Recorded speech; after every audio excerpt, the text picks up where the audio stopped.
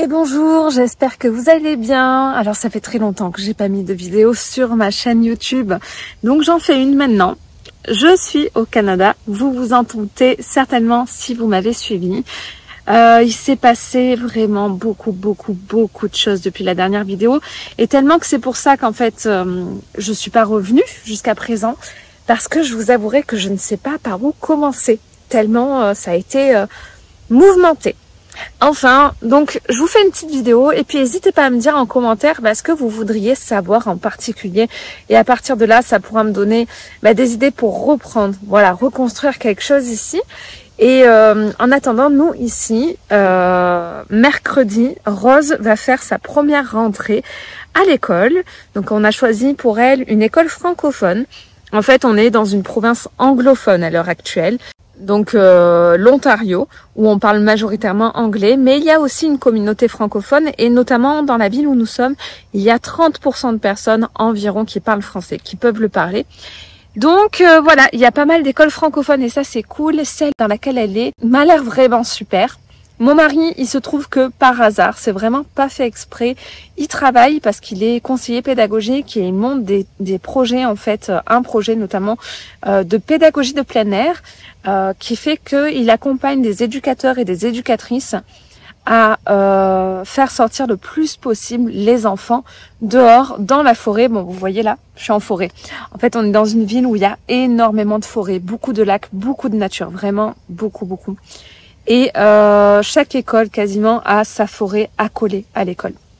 Et donc dans les écoles, il y a en général des centres de petite enfance. En tout cas, du côté francophone, c'est ça. Il y a 11 centres de petite enfance au total avec lesquels ils travaillent, et 2 sur lesquels se porte actuellement ce projet. Et puis le but, c'est d'étendre au maximum.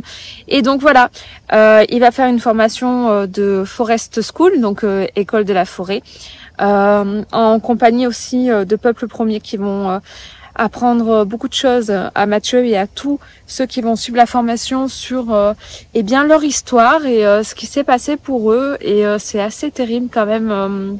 La France a eu un rôle quand même assez important là-dedans, et quand on sait ce qui s'est passé pour les peuples premiers ici en Amérique, eh bien je peux vous dire que c'est franchement pas cool, et qu'ils sont vraiment résilients, et qu'on a intérêt à prendre modèle sur eux, je pense. Et ils ont une très belle communauté. Ils font de très belles choses. Bref, voilà. Donc, il va être formé en leur compagnie notamment. Il va apprendre beaucoup de choses. Et il va continuer à développer ça. Donc, voilà. Dès que les enfants, dès qu'il fait assez chaud, pas trop froid, ni trop chaud, les enfants sortent dehors, vont en forêt. Et donc, ces descentes de petite enfance, ça va jusqu'à 6 ans. Voilà, en gros. Et il se trouve donc qu'il travaille avec le centre de petite enfance, notamment, qui se trouve dans l'école où Rose va faire ses premiers pas à l'école. Voilà. Donc c'est cool parce que voilà, s'il y a besoin, on est là. En tout cas, Mathieu est là. Parce que l'école est quand même à 45-50 minutes à pied de chez nous. Pour l'instant, on n'a pas de voiture. Rose ira donc à l'école en school bus, les fameux bus jaunes là qu'on voit dans les séries américaines ou dans les films. Elle a fait des tests, il y a eu une journée d'initiation pour apprendre à prendre le bus, toutes les règles de sécurité, les consignes, etc., savoir comment ça se passe et tout. Et c'est vraiment hyper bien fait. Je vais vous mettre un petit extrait là d'une vidéo que j'ai fait justement à ce sujet. Voilà, je vous la mets maintenant. Vous allez la voir et puis je reviens de suite après. Ça va durer 1 minute 30 environ. Tu adores les school bus des séries américaines et tu veux en savoir plus à ce sujet? Bien, on t'embarque avec nous. Aujourd'hui, les enfants ont suivi un programme d'apprentissage pour prendre le school bus. En effet, ça va être la première rentrée scolaire de Rose, 8 ans, qui a toujours fait l'école à la maison en France et qui va découvrir l'école au Canada. Ce programme peut être réalisé en anglais ou en français, au choix, et nous avons choisi une session en français. Les enfants étaient très attentifs et je vous laisse voir à quel point Charlotte est coordonnée à la mode canadienne avec ses crocs. Nous commençons la journée par quelques leçons interactives avec clin d'œil, le school bus, des explications très claires par vidéo, toutes les consignes de sécurité à connaître, et je vous mets ici un petit aperçu de clin d'œil le bus. Comment prendre l'autobus scolaire en toute sécurité? Après toutes ces explications, les enfants sont prêts à embarquer pour un tour en autobus, sans les parents. Ça y est, le bus part avec eux et j'en profite pour te faire un tour de l'intérieur. Tu savais qu'il existe maintenant une application, en tout cas ici, qui te permet de savoir quand ton enfant est dans le bus, quand est-ce qu'il est bien arrivé à destination, de voir le trajet du bus en temps réel, et c'est vraiment rassurant quand on a de jeunes enfants. D'ailleurs, le conducteur ne laisse pas descendre l'enfant du bus au retour si son parent ou tuteur n'est pas à l'arrêt de bus à l'attendre. Si tu as des questions, viens me les poser en commentaire, abonne-toi, et puis on termine avec ce petit mot de la fin. J'ai hâte d'aller à l'école! Et puis voilà pour Rose. En ce qui concerne Gustave et Charlotte, eux continuent l'école à la maison, même si l'école ici n'est obligatoire qu'à partir de 6 ans. L'instruction en famille est tout à fait possible. Il suffit juste de dire qu'on le fait, mais sans plus quoi. Vraiment, c'est beaucoup plus... Ça n'a rien à voir avec les conditions d'instruction en famille en France. Vraiment rien à voir. Il y a un bon réseau ici d'instruction en famille. Donc, il y en a beaucoup qui sont anglophones, mais il y a aussi des personnes francophones. Désolée, j'ai pas de trépied, donc ça bouge un peu au niveau de la caméra. Donc on continue cette aventure ici au Canada avec Gustave et Charlotte. Rose va faire ses propres aventures, mais on est là bien sûr aussi pour l'accompagner. Je suis vraiment rassurée du système dans lequel elle est. Tout n'est pas parfait, hein. Clairement, il y a des petits trucs, voilà.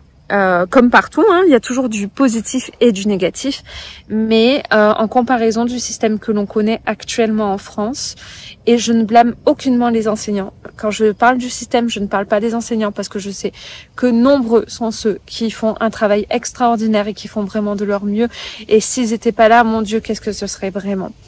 Mais je parle plutôt du système qui est pas forcément idéal à l'heure actuelle pour les enfants. En France. En tout cas, ça, c'est mon opinion. Chacun pense ce qu'il souhaite. Ici, il y a quand même pas mal de différences. Les enfants sont plus pris en compte. La Rose, elle va être dans une école où dans sa classe, elle va être mélangée à des 4e années, donc elle sera en 3e année. Donc, c'est l'équivalent de CE2, CM1 en France. Et ils sont 23.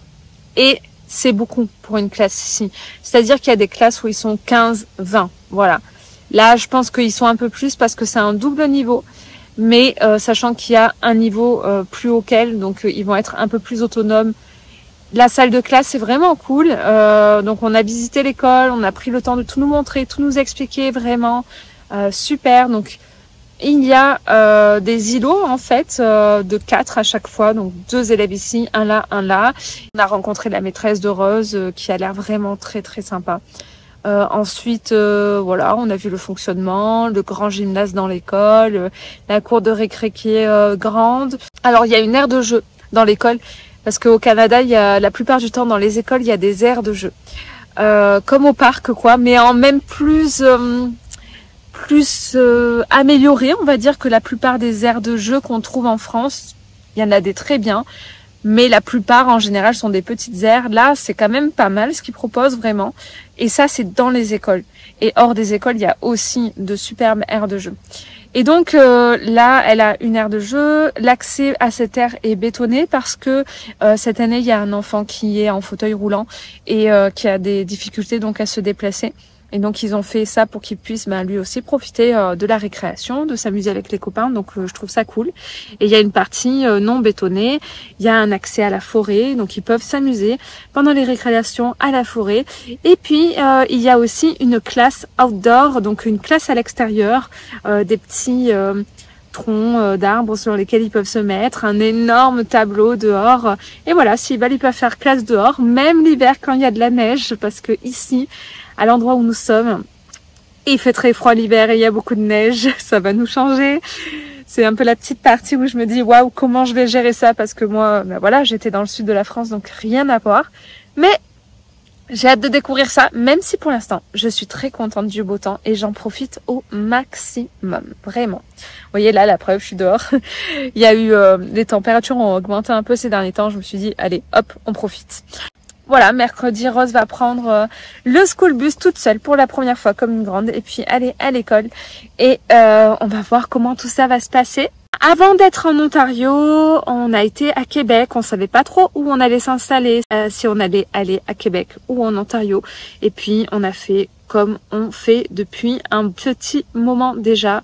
On a suivi les signes de la vie et c'était vraiment pas les choix les plus simples à faire. Et on a eu des choses incroyables qui nous sont arrivées. La vie est complètement folle.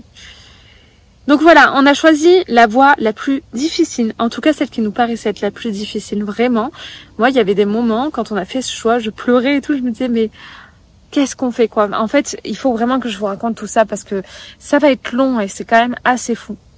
Mais je pense que c'est vraiment important aussi pour montrer que voilà, il faut toujours avoir confiance dans la vie, et quand on sent quelque chose, il faut y aller, quoi. Voilà. Donc, il faut que je vous parle de ça. Voilà, en tout cas, c'était assez fou et il nous arrive toujours des trucs assez dingues. Ça s'est calmé quand même, ça c'est cool parce que je pense que c'est normal que ça s'est calmé parce que maintenant on commence à être vraiment bien installé et je suis contente de ça. Je vais vous faire d'autres vidéos en fait. Je vais vous faire d'autres vidéos et je vais essayer de reprendre le film du début. Voilà, quand on est arrivé ici, ce qu'on a vu, ce qu'on a découvert. Je vous mettrai des petites images aussi. Par exemple, là, je peux vous mettre un superbe parc à Sudbury. Je vous mets une petite image là. Et comme ça, vous pouvez avoir une idée. En fait, j'ai beaucoup filmé en mode... j'ai plus le nom, en mode vertical pour les réseaux sociaux, pour Instagram, TikTok, Facebook et malheureusement YouTube pour ce qui est des shorts, des vidéos courtes, il limite à 1 minute, donc j'ai pas pu vraiment publier sur YouTube parce que je filme pas dans le même format, mais je me suis dit que ce que je vais faire, c'est que je vais vous faire des vidéos où je vais reprendre un peu tout ce qui s'est passé et puis de temps en temps je vous mets des images, même si elles sont filmées dans l'autre sens, même par exemple ici là où vous pouvez voir un peu, avoir une idée de ce qu'on a vu, ce qu'on a vécu et ce qu'on vit encore là maintenant. Et voilà, comme ça je vous donne un aperçu de la vie au Canada. Voilà, Sudbury, l'endroit où nous sommes. C'est la ville au lac, elle est appelée, et pas que ça, la ville du nickel aussi, parce que ici, en fait, il y a une histoire comme quoi, cette ville est dans un énorme cratère, et il y a une histoire comme quoi, soit une météorite il y a très très longtemps serait tombée, soit il y aurait une histoire avec des volcans ou quoi. En tout cas, moi je penche plus pour la météorite, et la plupart des personnes penchent plus pour la météorite par rapport au cratère qu'il y a vraiment, et à tous les minéraux qu'on trouve ici, donc notamment le nickel, mais un tas de pierres, et dont des pierres aussi qui viennent qu'on trouve pas forcément sur Terre à la base, bon maintenant qu'on a, parce qu'il y a eu pendant des moments, voilà, les météorites qui sont tombées, etc. Mais voilà, il y a vraiment, je pense que c'était plutôt une météorite. Bref, peu importe, il y a une grosse concentration notamment de nickel ici, et pas que, il y a de l'or, il y a plein d'autres trucs. Donc c'est appelé la ville du nickel, il y a une énorme pièce qui a été construite à cette effigie.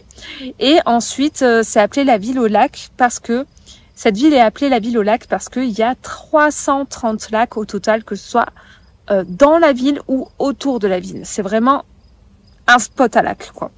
Et la ville est immense parce qu'à la base, c'était que Sudbury et maintenant ça s'appelle le Grand Sudbury ou Greater Sudbury parce que, j'allais dire because parce que je viens de le dire en anglais. Bref, désolé, ça c'est le truc de, voilà, d'habiter dans un endroit où ça parle majoritairement anglais. Des fois, t'as l'anglais qui vient comme ça des fois, en fait, le cerveau, il fait des raccourcis. C'est tellement, il y a des mots qui sont beaucoup plus courts à dire et plus rapides en anglais. Donc, raccourci, je le sors en anglais, c'est automatique. Donc, voilà, désolé si des fois j'ai des petits mots comme ça qui se glissent. Bref. Du coup, je disais, ah oui, c'était juste Sudbury. Et maintenant, c'est Grand Sudbury parce que tous les villages qu'il y avait autour ont été rassemblés dans ça et c'est appelé, voilà, Grand Sudbury. Ça fait plus qu'une seule ville. Et donc, pour traverser d'un point à un autre en voiture, il faut facilement plus d'1 heure, alors que c'est sans embouteillage en fait, hein. Vraiment, c'est juste traverser, tellement c'est grand. Donc voilà, ça vous donne une idée. En tout cas, voilà, on a 2 lacs pas très loin, non 3 lacs au moins. En fait, il y a plein de lacs dans la ville.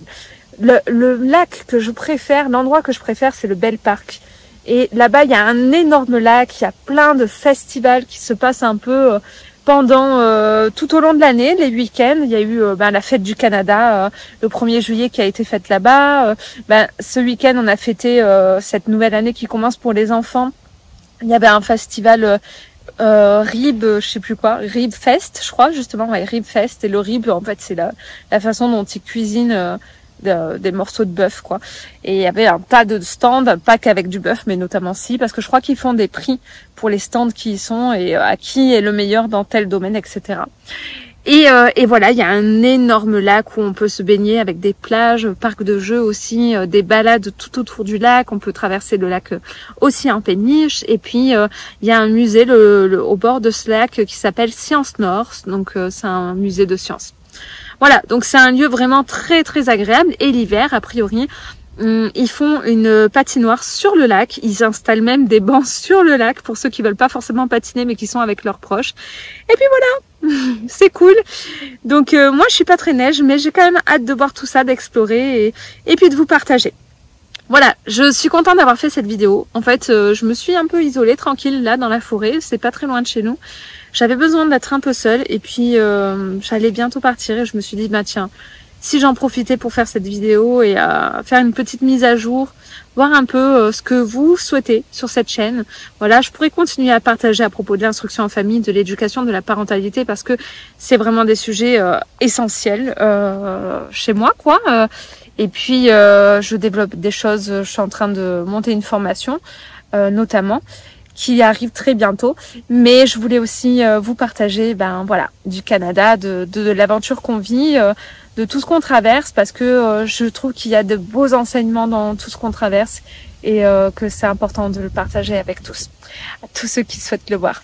Voilà, j'espère que vous allez bien, que la rentrée s'est bien passée. Si vous avez des enfants, dites-moi un peu comment ça se passe pour vous. Est-ce que vous êtes en instruction en famille? Est-ce que vous avez repris la non-rentrée? Vous l'avez fêtée? Comment ça s'est passé? Comment vous vous sentez par rapport à cette année et puis la loi qu'il y a en France? Je sais que c'est pas évident pour tout le monde. Ceux qui ont fait leur rentrée scolaire, ben, comment ça s'est passé? Est-ce que vous avez pu célébrer cette nouvelle année tous ensemble et voilà, est-ce que tout se passe bien? Et puis vous, en tant qu'adulte et que parents, comment ça va pour vous? Qu'est-ce que vous souhaitez partager ici et qu'est-ce que vous souhaitez que je vous partage? N'hésitez pas à me mettre tout ça. Je pense fort à vous et puis je vous dis à très vite vraiment. Je vais faire de mon mieux pour faire une vidéo. Ce serait vraiment cool que j'arrive à en refaire une par semaine. Je vais vraiment faire de mon mieux pour pouvoir faire ça dès à présent. Voilà, c'est ma résolution du mois de septembre. Mais en fait, les résolutions, c'est pas top parce qu'en général, on les tient pas. Donc, c'est mon objectif, c'est ce que je veux faire. Voilà, une vidéo par semaine dans la mesure du possible. Des fois, la vie est imprévisible, mais on va essayer. À très bientôt tout le monde. Ciao, ciao.